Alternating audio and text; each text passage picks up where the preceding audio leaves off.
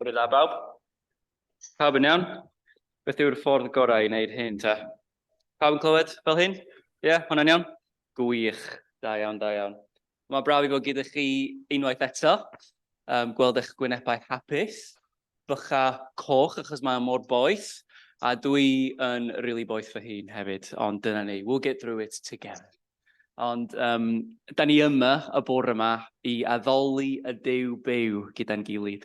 Felly beth am i ni droi ato mewn gweddi gyda'n gilydd. O Duw, ein tadnefol, da ni yn diolch i ti am y fraint i fod yma yn dy bresenoldeb di. Da ni arglwydd yn rhoi yr wyddfa yma yn dy ddwylo di. A da ni'n gofyn o arglwydd y byddwn ni'n gadael yn wahanol o sut oeddwn ni pan daethon ni mewn oherwydd da ni wedi dod yn dy blith di. Da ni wedi dy gyfarfod di. Rwy ti wedi newid ein calon i ni. Rwy rhag blas o'r nefoedd i ni. Felly arglwydd bydd gyda ni, bendithio ni yn enw Iesu Grist, ein harglwydd a'n gwaredwr. Amen. Amen. Felly, da ni am canu ein emyn gyntaf gyda'n gilydd y bore yma, sef 588. 588 yn llyfr Glas Caneuon Ffydd, neu hefyd ar y sgrin. O disgynnedd yma nawr, ysbryd Crist o'r nef i lawr. Bwyd ei ddylynwadau ef yn ein plith fel awel gref, a gorffwysed ef a'i ddawn ar uneidiau lawer iawn. 588.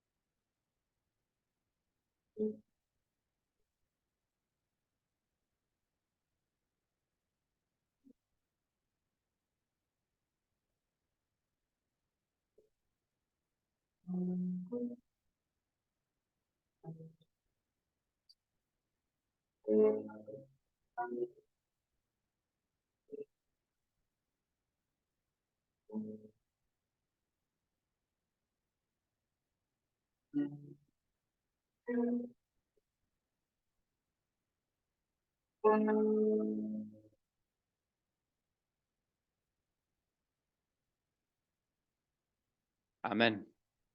Felly mae dyllyniad ni, mae yna 2 ohonyn nhw. Yr gyntaf yn dod o proffwyd Isaiah, penod 62, adnodau 1 i 5, a wedyn yr ail yn dod o Iowan, yr ail benod. Felly dyma geiriau y proffwyd. Mwyn Seian, dwi ddim yn mynd i dewi. Mwyn Jerusalem, dwi ddim yn mynd i orffwys, nes bydd ei chyfiawnder yn ddisgleirio fel golau llachar, a'i hachubiaeth yn llosgi fel ffagl. Bydd y gwledydd yn gweld dy gyfiawnder, a'r holl frenhinoedd yn gweld dy ysblander, a byddi di'n cael enw newydd gan yr arglwydd ei hun. Byddi fel coron hardd yn llaw yr arglwydd, neu dwrban brenhinol yn llaw dy dduw. Gei di byth eto'r enw gwrthodedig, a bydd dy wlad ddim yn cael ei galw yn anialwch. Bydde di'n cael dy alw yn fy hyfrydwch. A bydd dy wlad yn cael yr enw fy mhriod, achos bydd yr arglwydd wrth ei fodd gyda ti, a bydd dy wlad fel gwraig ffrwythlon iddo.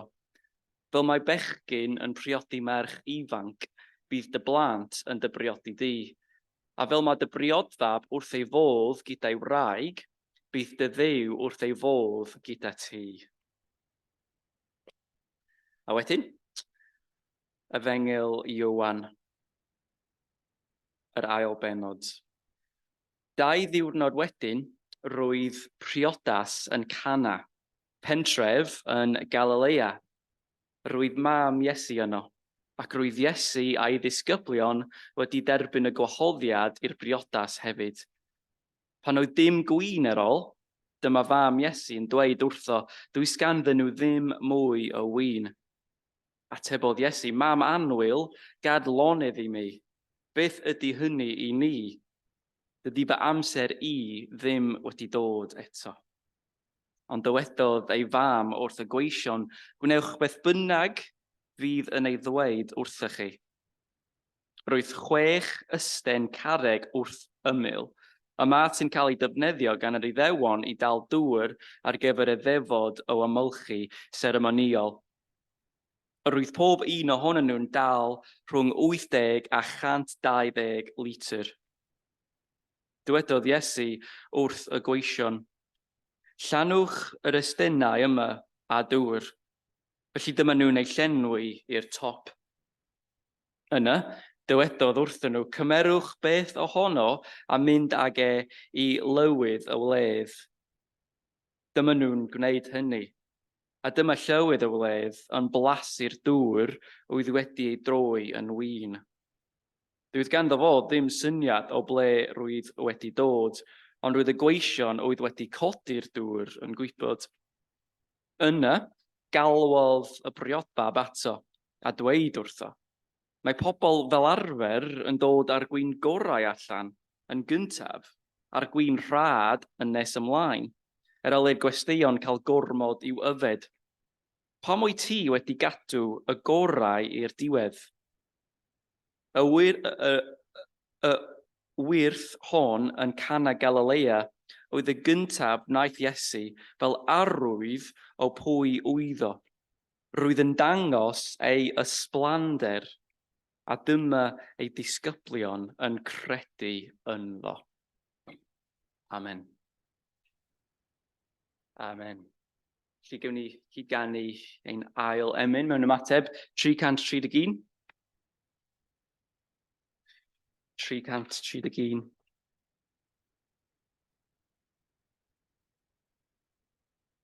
Pa le pa fodd dechreuaf foliannu'r Iesu mawr.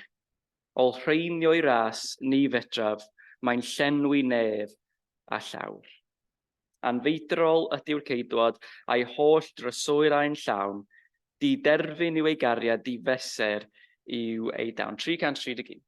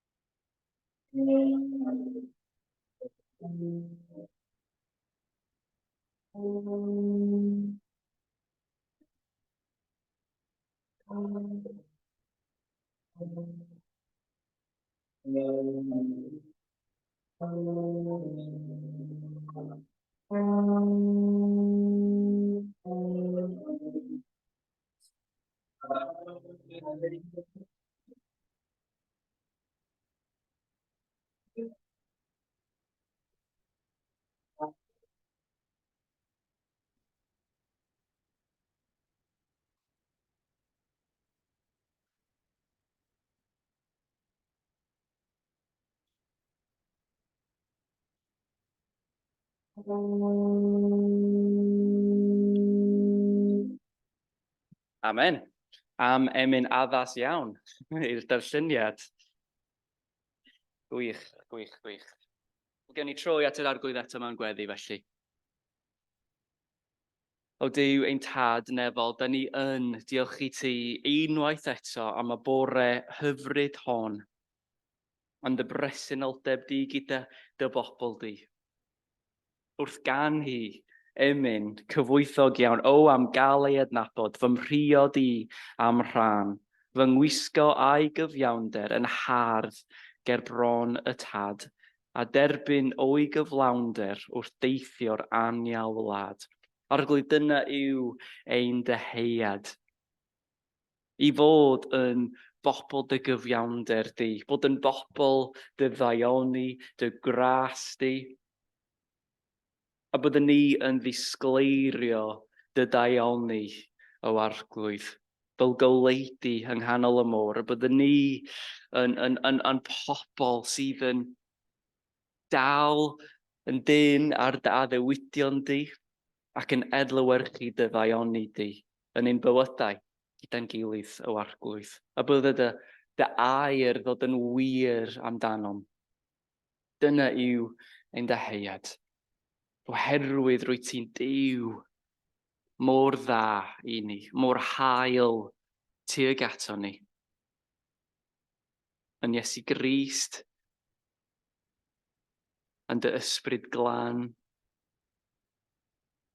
arglwydd, da ni yn just mor llawen, yn llawn diolch tuag ato ti. Yn arglwydd, da ni hefyd yn cael ein atgoffa nad yw'r byd fel y dylai fod. Bod na anghyfiawnder o'n cwmpas, bod na diffyg cariad, diffyg gras, hyd yn oed yn ein calonnau ni. Felly arglwydd, ein deheuad yw a bydde di'n dod yn ein plith a sefydlu dy deyrnas unwaith ac am byth. Ble mae dim ond cariad a cyfiawnder a heddwch yn ein byd. Arglwydd, mae yna nifer fawr o pethau o'r ein calon ein i gyd. Mae'n siŵr y bore yma dyn ni'n dod o llefydd gwahanol, hefo beichiau gwahanol. Mae rhai yn llawenhau wrth cael wythnos braf. Mae rhai yn teimlo pwysau y byd ar ei ysgwydd y bore yma. Ble bynnag o arglwydd da ni arni, da ni'n rhoi ein hunan yn dy ddwylo di yn awr. Da ni'n dod o dy flaen di i dyfolu di am pwy wyt ti. Da ni'n ceisio clywed dy air di. A pobl yma ddim yn ceisio i clywed gair Corey, ond maen nhw yma i ceisio dy air di, i clywed gair gyda ti. A dwi ddim yn personol yn gallu creu hynny, felly arglwydd dwi yn deheu y bydde ti'n dod yn ein plith, y bydde ti'n siarad i calonnau dy bobl, a bydde ti'n ei rhoi ar dan dros y ti a dros dy waith di yn ein plith. Arglwydd, da ni yn diolchu ti am y gweddi ti di rhoid i ni. Ble weithiau mae geiriau ni ddim yn digon, neu da ni methu meddwl am y geiriau i ddweud. Mae'r ysbryd glân yn cyfieithu ein poen ni ac yn trwyo mewn i geiriau. Mae'n cyfieithu ein llawen ac yn troi hi'n geiriau prydferth o dy flaen di. A da ni'n diolch i ti am geiriau Iesu. Y geiriau o'r gweddi mawr oedd o wedi dysgu ni cyd atrodd gyda'n gilydd. Felly dyna newn ni. Ein tad, yr hwn oet yn y nefoedd, sancteiddier dy enw, deled y deyrnas, gwneler dy ewyllus, megis yn y nef, felly ar y ddeiar hefyd. Dyro i ni heddiw ein bara beunyddiol, a maddau i ni ein dyledion, fel y maddeuwn ni nai i'n dyledwyr, ac nac arwain ni i brofedigaeth, eithir gwared ni rhag drwg, canis eiddo ti i'w deyrnas, a'r nerth, a'r gygoniant, yn oes oesoedd. Amen. Amen. Felly, da ni am cyd ganu ein trydydd emyn 224. Gyda'n gilydd, 224. 224, fel yr hydd a fref am ddyfrwydd, felly mae fy enaid i yn deheu am fod yn agos mwyn profi wrth gwmni ddi. 224.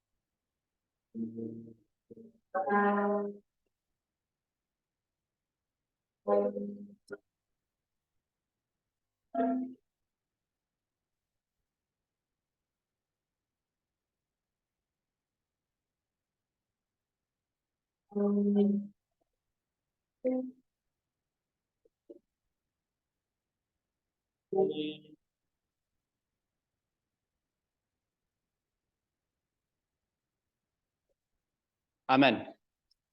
Wel, tybed os fyddwch chi'n mynd ar strydoedd yr Wyddgrug heddiw, ac yn gofyn iddyn nhw sut le ydy'r capel, tybed sut fydden nhw yn ymateb. Tybed ba geiriau y bysyn nhw'n defnyddio er mwyn disgrifio diwylliant capel yng Nghymru.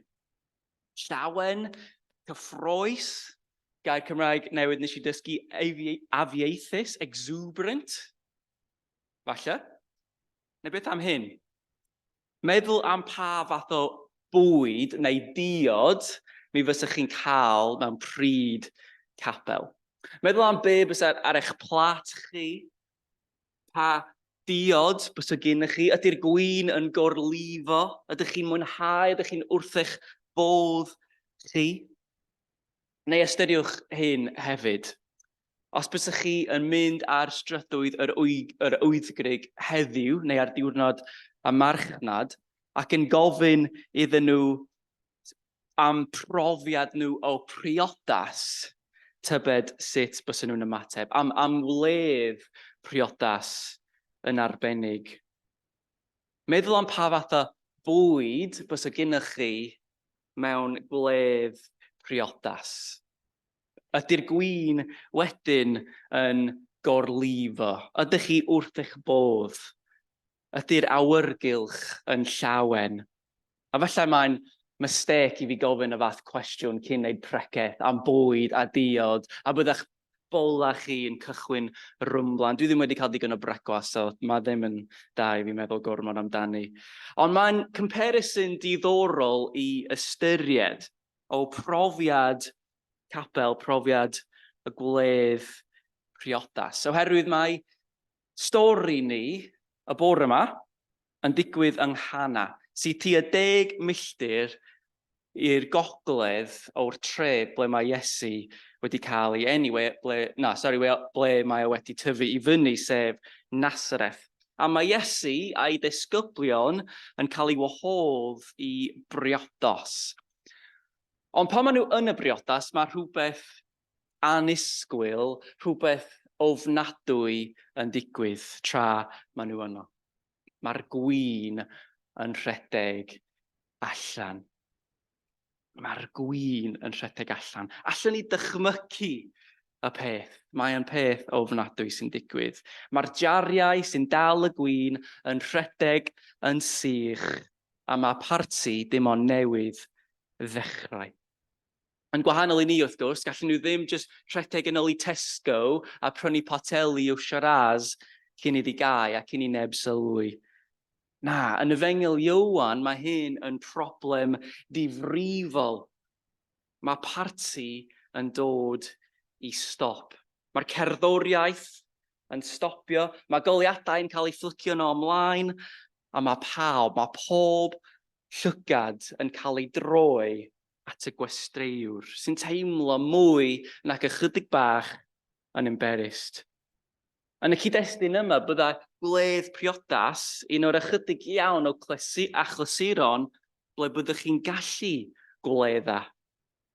Yn y cyd-destun yma, bysa pobl yn byw mewn tlodi, rhan fwyaf o'r pobl yn byw mewn tlodi, a bydda hyn yr unig amser ble maen nhw'n cael wahoddiad i wir bledda, i profi gwledd, i cael feast mawr ac i mwynhau. Felly pan mae'r gwin yn stopio llifo, mae gennych chi broblem mawr ar eich dwylo chi. Ond dyma lle, wrth gwrs, mae Mair, mam Iesu, yn dod mewn i'r stori. Oherwydd ei fod hi wedi cael gwahoddiad i fod yn y priodas hefyd. Dydy Mair, wrth gwrs, ddim yn cael ei nodi wrth ei enw yn Efengel Ioan. Da ni ddim yn gweld ei enw, mae jyst yn dweud mam Iesu Grist. Oherwydd yn Efengel Ioan, mae Mair yn cael ei weld a cael ei ystyried fel paradigm, fel cynrychiolydd o paradigm newydd yn Efengel Ioan. I tadau'r eglwys, pobl fel Justin Martyr neu Irenaeus neu Tertullian, mae Mair yn cael ei ystyried fel Efa newydd, fel mam ddynoliaeth newydd. Oherwydd ei fod hi wedi rhoi genedigaeth i fab Duw. Ond yn y naratif yma, mae Mair, wrth gwrs, yn gwybod rhywbeth nad yw pawb yn gwybod o leia erbyn hyn. Mae yna gyfrinach sydd ganddi, wrth gwrs, sef hunaniaeth Iesu Grist. Felly mae'n dod o hyd i'w mab yn y dorf ac yn dweud wrtho am y sefyllfa gyda'r gwin. Mae ganddi teimlad y bydda Iesu yn gallu wneud rhywbeth i wella y sefyllfa. Ond wrth gwrs mae ymateb Iesu yn diddorol iawn. Pa bryder yw hynny i chi ac i mi? Dydy fy awr i ddim wedi dod eto. Ac wrth gwrs mae hynny yn pwynt pwysig iawn, a newn ni dychwelyd ati yn hwyrach ymlaen. Ond ar hyn o bryd, da ni'n gwybod beth sy'n digwydd nesaf, da ni'n cyfarwydd hefo'r stori. Mae Mair yn deud wrth y gweision, gwnewch beth bynnag mae o'n dweud wrthych chi. Felly mae Iesu yn cyfeirio at y 6 jar carreg ddŵr ar gyfer defodau puro a ddewig. Felly mae pob un yn dal tua 150 litr yr un. A maen nhw'n cael ei lenwi i'r top. Cyn i un o'r weision dynnu allan ychydig bach o'r gwin sydd bellach yn y jariau yma. A mae Ioan yn dweud, pan nath y dyn yma blasu'r dŵr oedd wedi cael ei droi yn win, fe galwodd y brioddaf ato a dweud wrtho. Mae pobl fel arfer yn dod ar gwin gorau allan gyntaf, a'r gwin rhad yn nes ymlaen ar ôl i'r gwesteion cael gormod i'w yfed. Pam wyt ti wedi cadw'r gorau i'r diwedd? Felly anhygoel, dyna y stori. Mae Iesu yn gallu troi dŵr yn win. Anhygoel.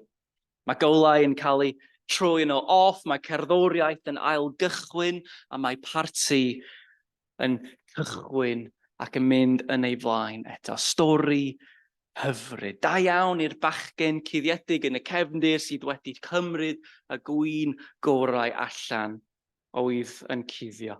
Nawr y gallwn ni dychwelyd i'r parti oedd yn dod yn ei flaen, neu'r work event, os ydych chi'n gweithio i'r prif weinidog yn ystod y pandemig. Ond wrth gwrs, hang on a minute.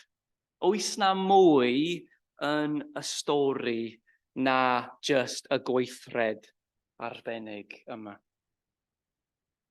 Yn Efengel Ioan, wrth gwrs, mae yna symbolaeth yn pob man, symbolism yn pob man.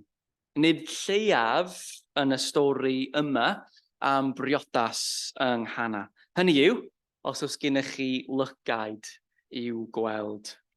Yn wir, mae'n ychydig bach gormod i weld yn y stori yma, felly falle gewn ni dychwelyd ato rhywbryd arall. Ond ystyried beth sydd yn amlwg yn y stori. Yn gyntaf, da ni mewn bledd briodas. Dyna yw cyd-destun yr hyn sydd yn digwydd. A mae hynny wrth gwrs yn llawn symbolaeth ynddo fo'i hun, hyd yn oed jyst yn yr efengelau hun. Mae yna priodasau yn ddigwydd tro ar ôl tro wrth sôn am reality mwy. Mae'n symbol yn yr efengelau. Ond os ni'n zoomio mewn ychydig bach yn fwy, mae yna mwy o symbolaeth hefyd. Meddwl am y jariau dŵr. Mae'n cael ei ddweud bod nhw yna mwyn puro yn ôl y gyfraith. They're there for purification. Maen nhw'n symbolau eithaf amlwg mewn y diwylliant yma. Ond wrth gwrs maen nhw'n ddod yn fwy ar y cael yn y stori yma. Mae gyda ni y priodfab sydd cyn belled ac yma stiwed yn deall yn darparu y gwin gorau mae erioed wedi ei flasu. Tu hwnt i hynna i gyd, mae gyda ni Iesu, sy'n sôn am yr awr sydd yn dod, ond bod o heb dod eto. Bod na rhyw fath o profiad o'r awr, oherwydd mae'n gwneud gwirth arbennig yn y stori yma. A falle yn pwysigaf oll, mae'r dŵr sy'n cael ei troi yn win yn cael ei ystyried yn y stori. Mae'n cael ei alw yn arwydd. Gweithred sy'n tynnu ein sylw a ddi wrth y pethau hun tuag at reality sydd yn fwy na'r peth ei hun. Mae'n gweithred yn y stori, mae Ioan yn deud, sydd yn datgelu gogoniant Iesu Grist. It reveals his glory. A mae'n achosi pobl i gredu ynddo. Felly mae'n eitha amlwg bod na pethau sydd o dan wyneb y stori. Hyd yn oed os da ni ddim yn sicr beth yw wrth i ni ddarllen ar yr arwyneb. Mae yna air pwysig sy'n cael ei ddefnyddio mewn cyd-destun ddiwinyddiaeth, theology. Ac y gair yna yw eschaton. Ydych chi wedi clywed am y gair yna, eschaton o'r blaen? Mae'n gair mawr, groeg hunafol, ac oll mae'n golygu ydy the end, y diwedd. Mae yna cangen o ddiwinyddiaeth sy'n cael ei ddisgrifio fel eschatology, neu'n Gymraeg eschatoleg. A beth mae'n golygu ydy astudiaethau o'r amserwydd olaf, the study of the last times. Mae'n gair sy'n cael ei ddefnyddio yn y groeg greiddiol y Beibl yn eitha lot, jyst i ddisgrifio y diwedd. Dyma le, da ni'n ystyried beth sydd gan y Beibl a'r traddodiad Cristnogol i ddweud am weledigaeth Duw ar gyfer y diwedd. Diwedd y byd, fel da ni yn ei nabod, cyn iddo gael ei adnewyddu trwy gariad Duw yng Nghrist. Ac yng nghanol eschatoleg y Beibl, mae yna wledd, wrth gwrs. Mae yna wledd priodas i fod yn cywir. Falle byddwch chi wedi clywed am super priodas yr ŵyn, neu falle byddwch chi'n cofio dameg y wledd fawr, neu wledd priodas y Matthew a Luke, lle mae'r tlawd, yr anabl y pobl ar y ymylon yn cael lle anrhydedd mawr yn teyrnas Duw.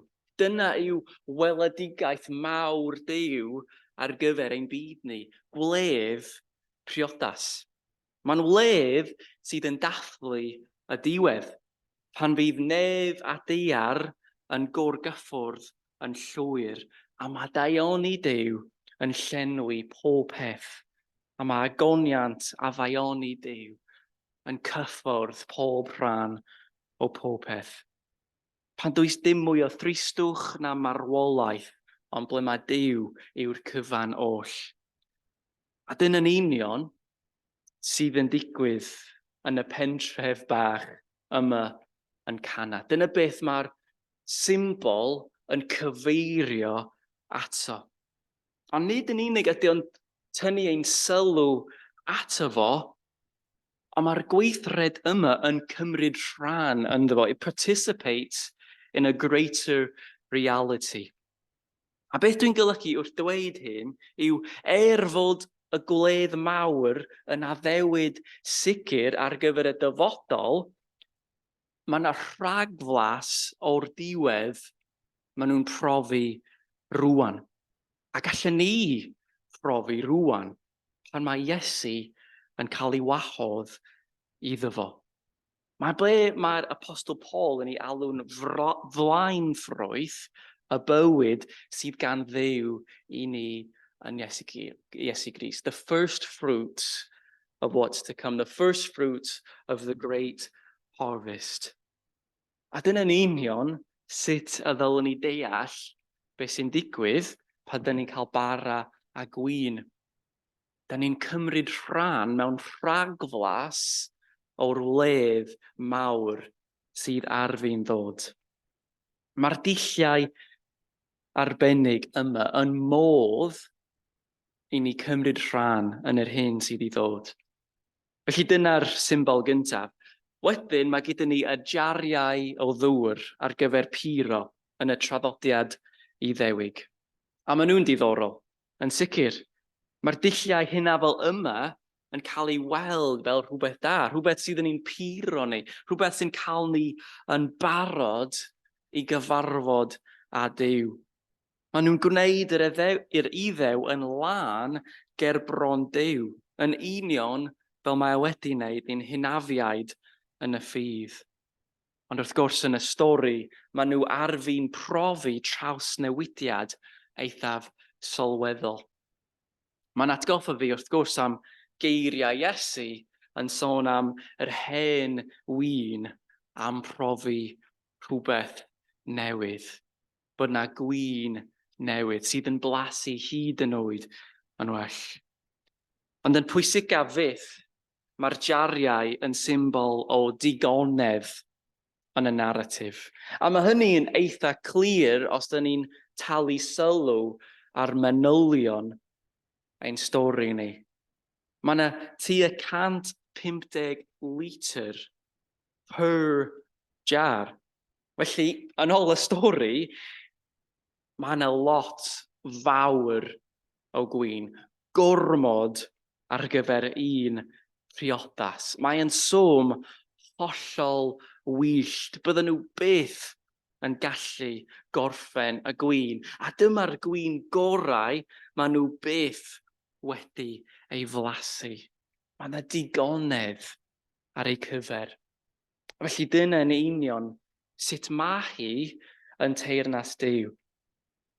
Dyna sut yn union mae Duw tuag at ei bobl. Mae yn cyfwythog mewn gras a cariad. Mae'n rhoi y gorau i'w pobl. A mae yna gormod i ni cadw i ni'n hunan. Mae Duw yn mwy grasol na allan ni byth ystyried. Mae'n hollol wyllt. Mae yna gormod ohono. Dyna pam mae Duw yn bradlon gyda ei gariad. Mae'n rhwydo i'r pobl hollol annisgwyl. Pobl fel ti a fi. Oherwydd mae yna gwahoddiad i bawb cymryd rhan yn y gwin newydd. Does dim ots pwy ydyn ni neu beth ydyn ni wedi wneud, mae yna digonedd ar ein cyfer ni, a mae yna gwahoddiad i ni. Felly, y peth olaf, sef yr awr yma mae Iesu yn sôn amdani. Ac wrth gwrs, dwi ddim ond yn sgratio arwyneb y stori yma, ond mae yna awr sydd i ddod. A mae'r awr, wrth gwrs, yn cyfeiriad eto at yr eschaton yma, at y diwedd, at y wledd fawr. Mae'n pwyntio at y wledd sydd wedi ei addo, fel dyn ni'n gwybod erbyn hyn.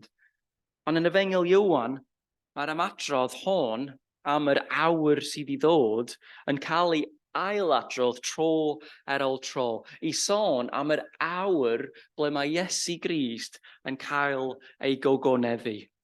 Mae Iesu yn deud tro ar ôl tro, nad yw fy awr i ddim wedi dod eto.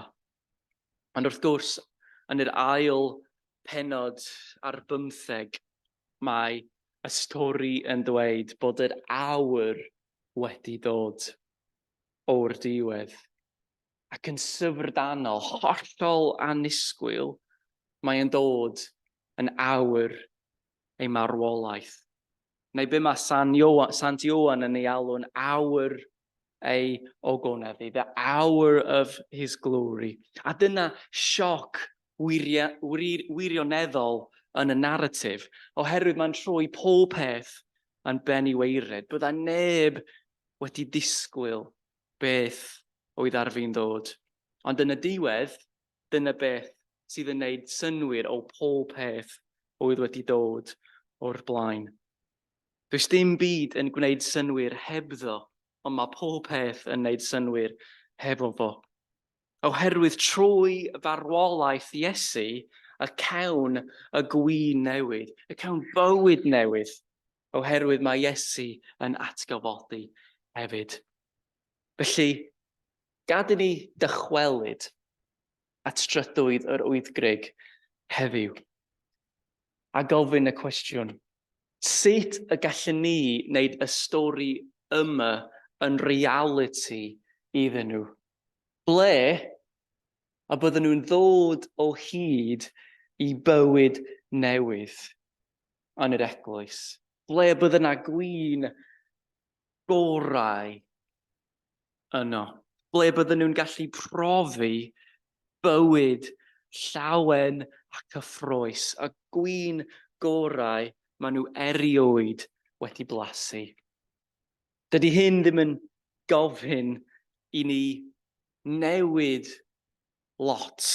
Beth mae'n gofyn i ni yw ddod i'r wledd, i troi at y Duw sydd yn hael hefo'i ras, i credu gwirionedd yr Efengyl bod Duw yn paratoi gwledd a gewn ni rhagflas ohoni heddiw pan dyn ni'n gwahodd Iesu iddo. Ar mon i enw. Amen. A gewn ni gweddio gyda'n gilydd. O Duw, da ni'n diolch i ti am y wledd mawr, da ni'n cael gwahoddiad iddi. Ble ti'n troi pob peth yn pen i weired. Ble gewn ni y gwyn gorau. Y gwyn sydd jyst yn anhygwyl. Arglwydd, da ni'n deheu blasu y math gwyn. A da ni'n troi ato. Ac yn troi at y ti. Yn disgwyl. Yn disgwylgar. Yn enw Iesu. Amen. Amen. Felly gewn ni cyd ganu gyda'n gilydd emyn 632. Na, 623. 623.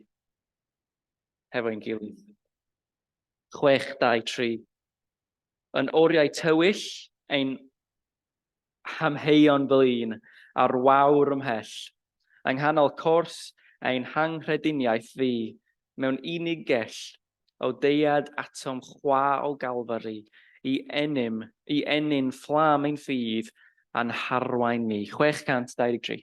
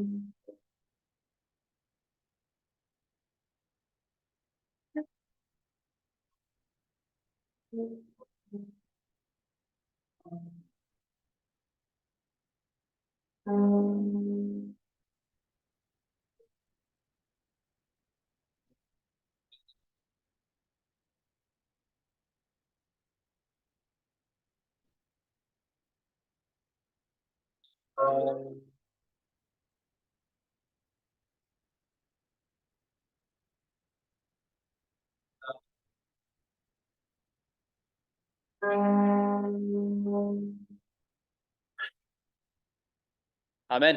Felly, gen i rhannu y bendith gyda'n gilydd i orffen. Gras ein harglwydd Iesu Grist, a chariad Duw, a chymdeithas yr ysbryd glân, fydd y gyda chi oll. Amen. O'r awr.